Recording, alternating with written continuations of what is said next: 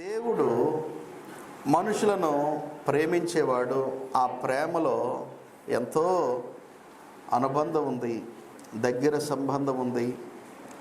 దేవుని యొక్క ప్రేమలో మనతో ఆయన ఎంతో స్నేహపూరితముగా వ్యవహరించే విధానము కూడా ఉంది.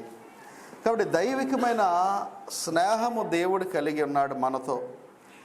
మనము కూడా మన జీవితాల్లో దేవుని యొక్క ప్రేమను మనము 10 మందికి చూపగలిగినప్పుడు ఖచ్చితంగా దేవుని యొక్క ఆ ప్రేమ స్నేహమును ఇతరులతో కూడా మనము పంచుకోగలం.